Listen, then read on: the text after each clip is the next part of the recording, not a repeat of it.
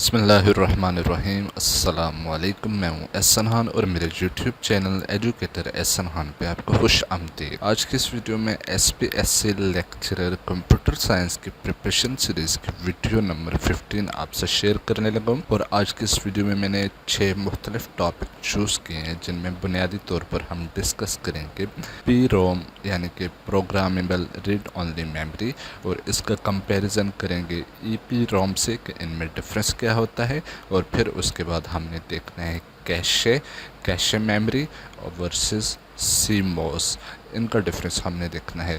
और इसके अलावा कुछ मज़ीद डिस्कशंस होंगी, तो मेरी वीडियो को आखिर तक देखिएगा। उम्मीद करता हूँ ये वीडियो आपको पसंद आएगी।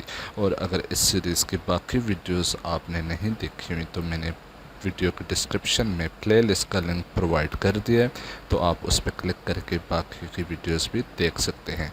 तो आज का हमारा पहला टॉपिक है रीड ओनली मेमोरी यानी कि रोम।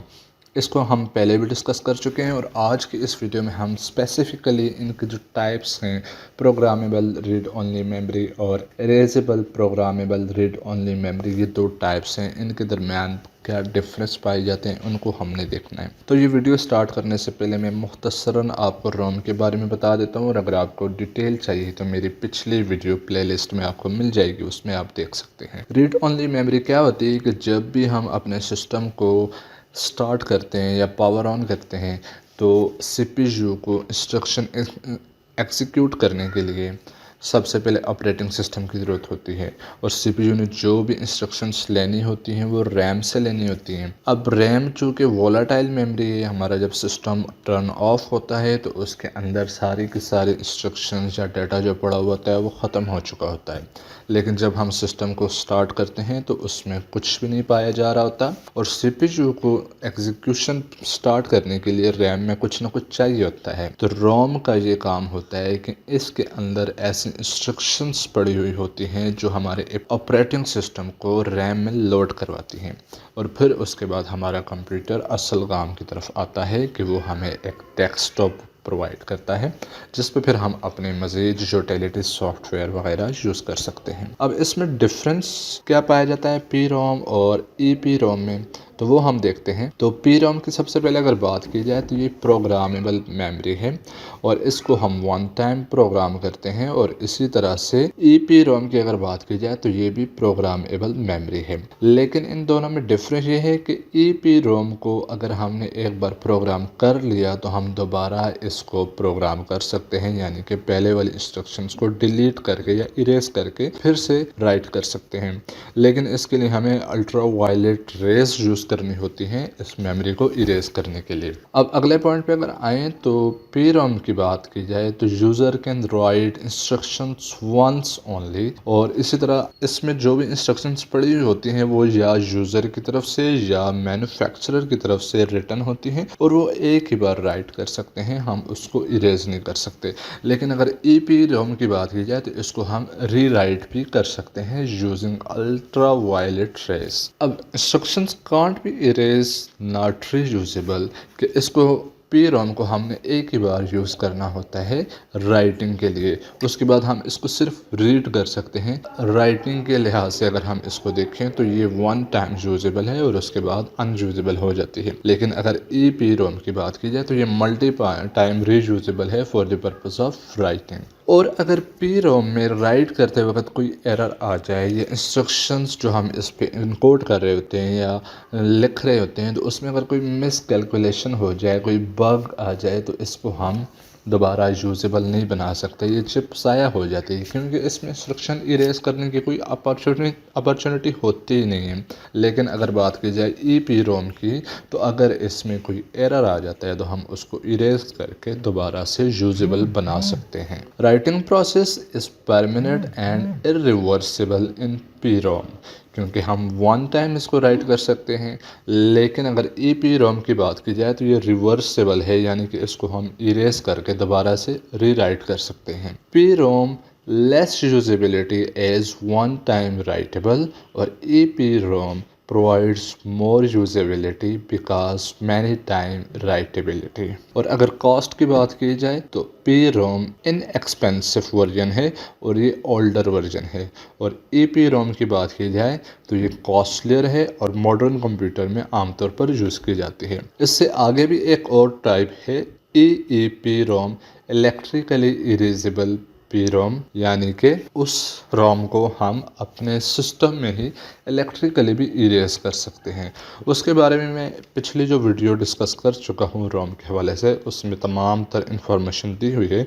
अगर आप इंटरेस्टेड हैं तो मेरे प्लेलिस्ट में जाके उस वीडियो को देख सकते हैं। तो यहाँ तक ये टॉपिक कंप्लीट हो गया और फिर उसके बाद अगला टॉपिक स्टार्ट करते हैं, जो कि है कैशे मेमोरी और इसकी डिफरेंट टाइप्स। कैशे मेमोरी क्या होती है कि जब हम अपने कंप्यूटर में कोई भी चीज़ एग्जीक्यूट करते हैं तो हमारे कंप्यूटर के रैम में कुछ इंस्ट्रक्शंस पड़ी होती हैं जो सीपीयू को जा रही होती है, या कुछ डेटा पड़ा हुआ होता है जो सीपीयू को जा रहा होता है, जिस पे सीपीयू ने प्रोसेसिंग करनी होती है।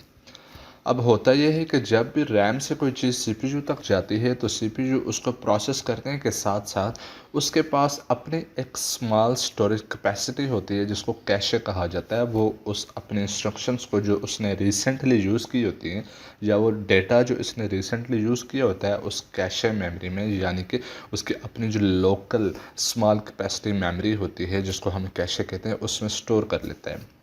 उसका फ़ायदा ये होता है कि फ़र्स्ट टाइम जब सीपीयू ने रैम से एक चीज़ फैच की और उसको एग्जीक्यूट किया, तो नेक्स्ट टाइम वही चीज़ जब सीपीयू को रिक्वायर्ड होगी तो रैम के पास जाने के बजाय सबसे पहले सीपीयू चेक करेगा कि वो उसके अपने पास यानी कि कैशे में वो चीज़ अवेलेबल है या नहीं।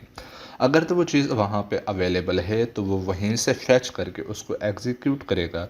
तो इस तरह हमारी प्रोसेसिंग टाइम जो होती है फैच करने में रैम से जो टाइम लग रहा होता है वो कम हो जाता है, क्योंकि उसको लोकली एक चीज़ अवेलेबल हो जाती है। तो इस तरह हमारे सिस्टम की प्रोसेसिंग स्पीड ज़्यादा हो जाती है। और अगर वो चीज़ कैशे में अवेलेबल नहीं है, यानी कि सीपीयू के अपने लोकल स्टोरेज में अवेलेबल नहीं है, तो वो फिर दोबारा रैम के पास जाता है और वहाँ से वो चीज़ फैच करेगा। तो अब देखते हैं यहाँ पे, it is a small and fast memory faster than RAM. ये रैम से काफ़ी ज़्यादा फास्टर होती है, लेकिन ये साइज़ में बहुत छोटी होती है बनिस्बत रैम के। Most recent used instructions and data used by the CPU is stored in the cash, used to speed up the transfer of instructions and data.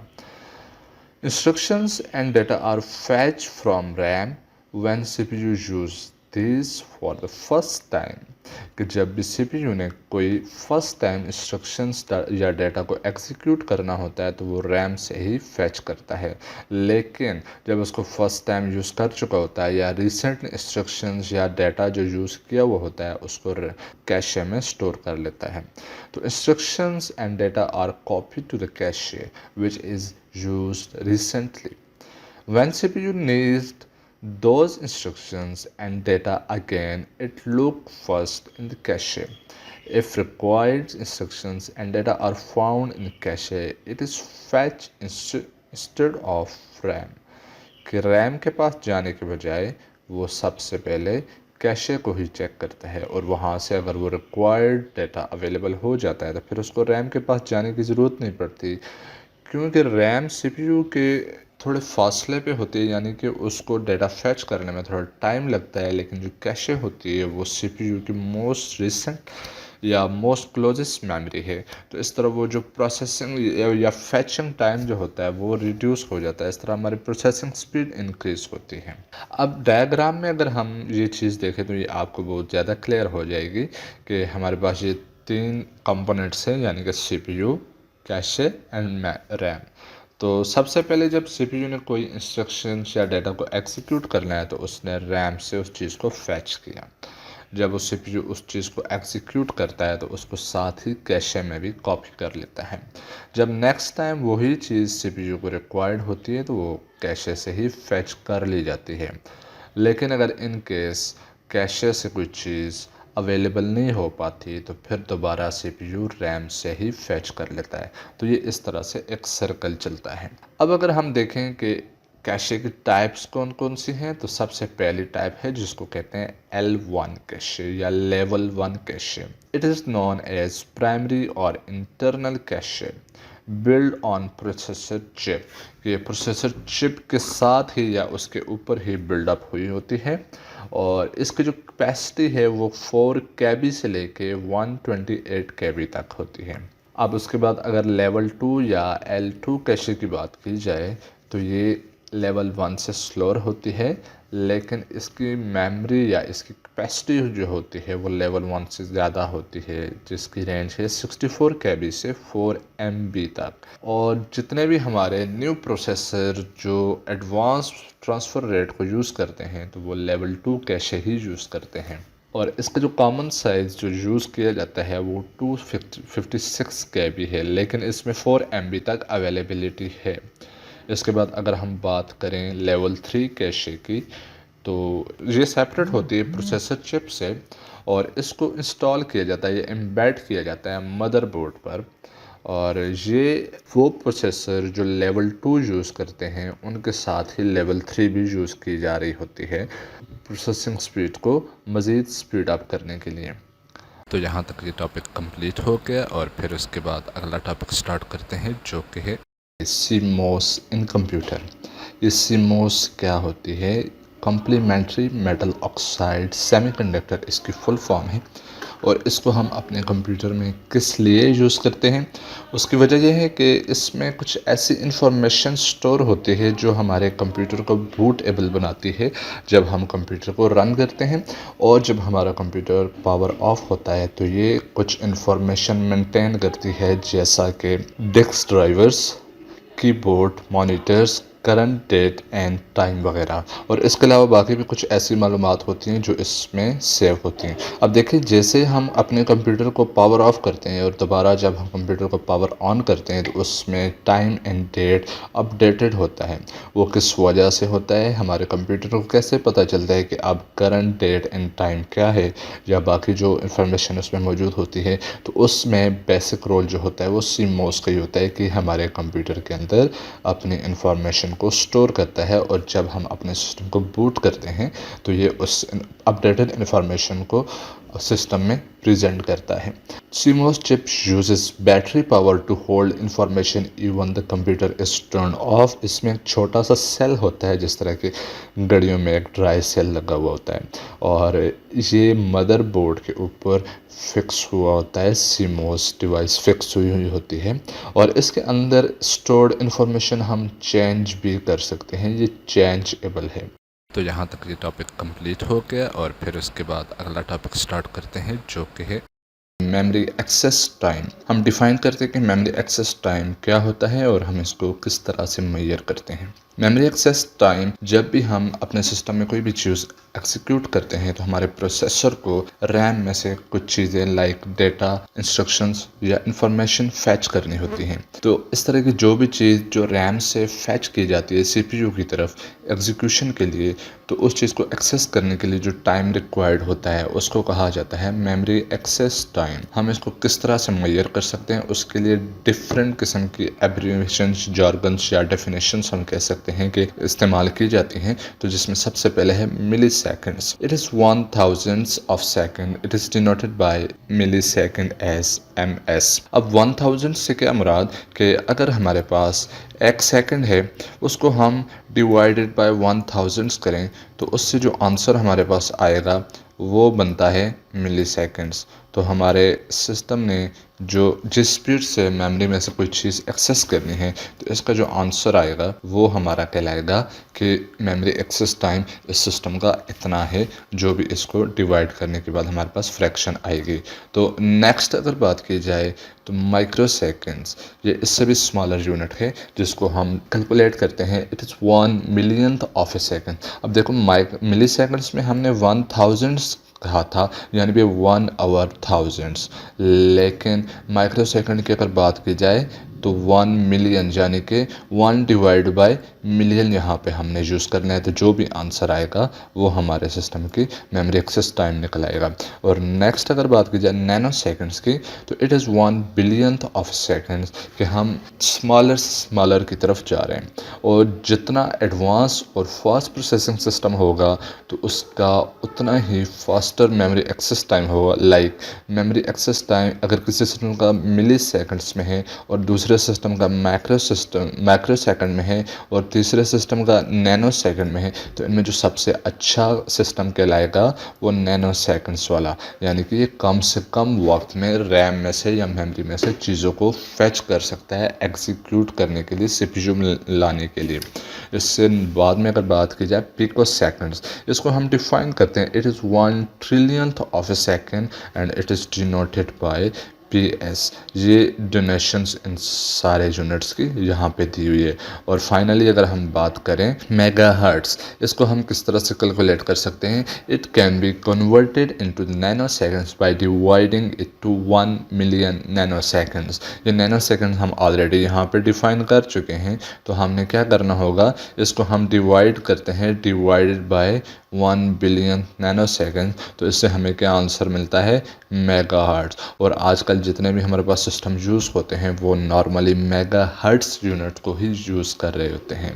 तो यहाँ तक ये टॉपिक कंप्लीट हो गया और फिर उसके बाद अगला टॉपिक स्टार्ट करते हैं जो कि है expansion slots and expansion cords in computer. Expansion slots और एक्सपेंशन कॉर्ड क्या होते हैं, हम देखते हैं कि एक्सपेंशन स्लॉट्स हमारे कंप्यूटर के अंदर मदरबोर्ड पे कुछ ऐसे सॉकेट्स होते हैं जो हम इस्तेमाल करते हैं अपनी डिवाइसेस को अटैच करने के लिए। इस पे हम डिफरेंट टाइप की डिवाइसेस अटैच कर सकते हैं, जैसा कि रैम, हार्ड डिस्क, और इसके अलावा कई किस्म की डिवाइसेस हैं जो हम अपने मदरबोर्ड पे अटैच करते हैं।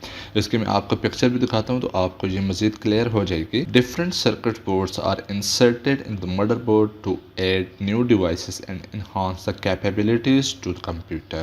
और इसके अलावा some examples are memory chip, sound devices, modems or graphic cards। A circuit board is identified by different terms like card, expansion board, adapter card, interface card, add-in और add-on एक्स्ट्रा, इसको in different terminologies के नाम से पहचाना जाता है। इनकी अगर मैं आपको एग्जांपल दिखाऊं तो ये यहाँ पे आप देख सकते हैं एक एक्सपेंशन कार्ड है जो मदरबोर्ड के ऊपर लगा हुआ है, एक्सपेंशन स्लॉट। और ये जो आपको एक इसके अंदर लाइन नज़र आ रही है, इसके अंदर हम अपनी डिवाइस को या एक्सटर्नली जो चीज़ हम अटैच करना चाहते हैं, किसी भी किस्म का कार्ड, वो अटैच कर सकते हैं। जैसे कि ये आपको एक चिप नज़र आ रही है जिसमें सर्किट है, आपको नज़र आ रहा है, ये वाला सर्किट इस लाइन के अंदर जाके इधर वर्टिकली अटैच हो जाता है। तो ये हो गई एक्सपेंशन स्लॉट और ये हो गया एक्सपेंशन कार्ड जो हम अगली स्लाइड में डिस्कस करने लगे हैं। इसके बाद अगर हम बात करें, some cards contain build in feature और device like modem card and graphics card. इसके अलावा कुछ कस्टमाइज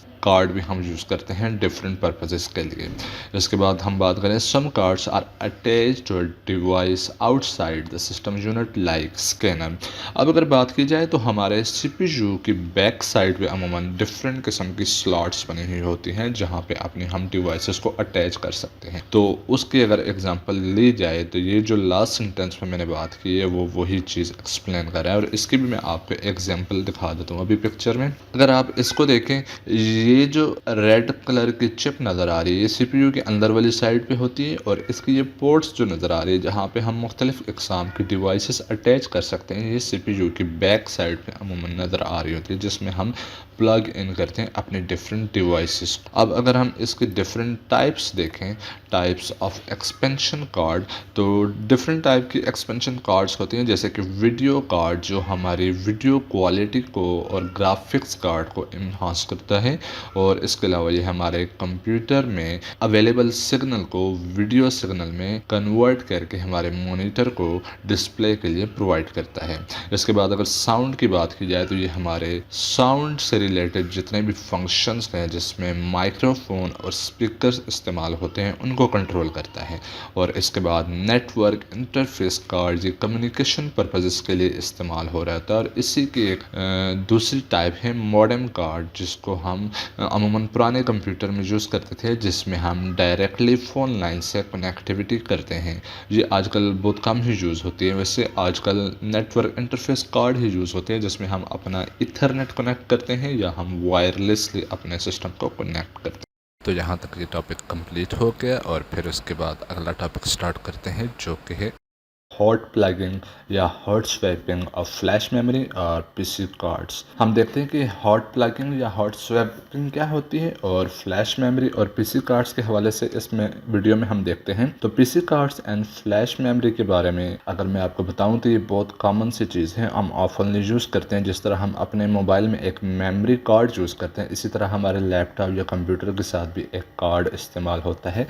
और इसका पर्पज़ क्या होता है कि हमारे सिस्टम की स्टोरेज कैपेबिलिटीज़ को इम्प्रूव करना, या इसके अलावा इसके कुछ और मकासद भी होते हैं, जैसे कि disk driver, sound, fax, modem, communication and supplementary abilities को अपने सिस्टम में यानी कि लैपटॉप में इंट्रोड्यूस करवाने के लिए हम इस तरह की चीज़ों को यानी कि पीसी कार्ड्स को यूज़ करते हैं। और सिमिलरली फ्लैश मेमोरी भी ऑफन हम जो यूज़ करते हैं वो फ्लैश ड्राइव या यूएसबी, जिसको हम आम ज़बान में कहते हैं, वो मेमोरी के लिए होते हैं, चीज़ों को स्टोर करने के लिए। लेकिन कुछ और डिवाइसेस भी इस तरह की हम यूज़ करते हैं, जिसको हम आगे जाके देखते हैं। Every PC cards follow the standard established bye PCMCIA यानी कि personal computer memory card international association की तरफ से ये एक स्टैंडर्ड बनाया गया जो हम यूज़ करते हैं। अब टाइप ऑफ पीसी कार्ड्स हम देखें तो टाइप और इनकी क्या यूजेबिलिटी या क्या फंक्शन है, क्या पर्पसेस हैं, वो हम इसमें देखते हैं। तो इनकी 3 वैरायटीज़ हैं, 3 डिफरेंट कैटेगरीज हैं, जिसमें सबसे पहले है टाइप 1 कार्ड। ये हम यूज़ करते हैं मेमोरी को इन्हांस करने के लिए। जैसे हम अपने मोबाइल में एक मेमोरी कार्ड इस्तेमाल करते हैं, इस तरह हमारे लैपटॉप में भी एक मेमोरी कार्ड इस्तेमाल हो सकता है। इस तरह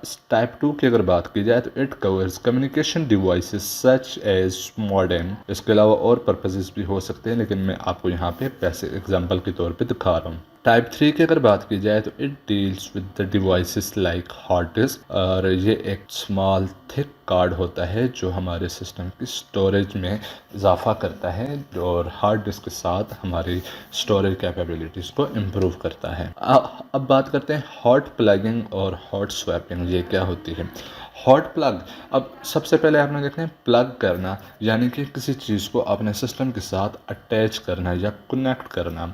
अब हॉट प्लग क्या होता है कि हम अपने सिस्टम के साथ कोई ऐसी डिवाइस कनेक्ट करते हैं जिसके लिए हम अपने सिस्टम को रनिंग कंडीशन में ही चीज़ को अटैच कर लेते हैं और हमें सिस्टम को टर्न ऑफ या रिस्टार्ट करने की ज़रूरत नहीं होती। ये hot plug and hot swapping दोनों एक ही चीज़ के नाम है कि डिफरेंट जार्गन यूज़ होते हैं। कुछ लोग हॉट प्लगिंग इस्तेमाल करते हैं, कुछ लोग हॉट स्वैपिंग इस्तेमाल करते हैं, लेकिन कंसेप्ट इनके बिहाइंड एक ये कि हम अपने सिस्टम के साथ कोई भी चीज़ ऐसी डिवाइस कनेक्ट करते हैं कि हमें सिस्टम को पावर ऑफ या रिस्टार्ट ना करना पड़े, तो इसको कहा जाता है हॉट प्लगिंग या हॉट स्वैपिंग, जिसकी डेफिनेशन मैंने आपको यहाँ पे दिखा दी है। उम्मीद करता हूँ ये वीडियो आप पसंद आई होगी, और अगर किसी किस्म की क्यूरी है तो कमेंट ज़रूर कीजिएगा। Thank you for watching. अल्लाह हाफिज़।